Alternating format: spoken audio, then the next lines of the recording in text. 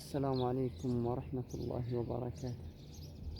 مع بداية يوم جديد يظهر لنا فيه الخير ويبشرنا بالقبول، أتيكم في همسات الصباح.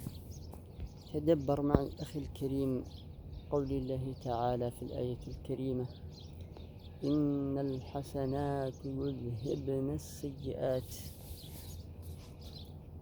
المعادلة بسيطة: إذا لم تستطع أن تتخلص من معصية فحاصرها بالطاعة.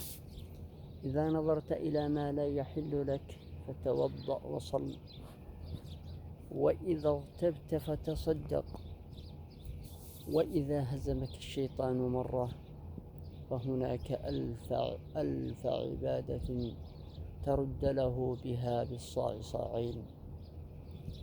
اعلم أخي الكريم رعاك الله، أنين المذنبين أحب إلى الله تعالى من دعاء الطائعين. الطائع قد يكون الشيطان يئس منه، أما المذنب فما زال يخوض الحرب، ينكسر بالمعصية ويجبر نفسه بالطاعة ويتعثر بالذنب ويقوم بالعبادة.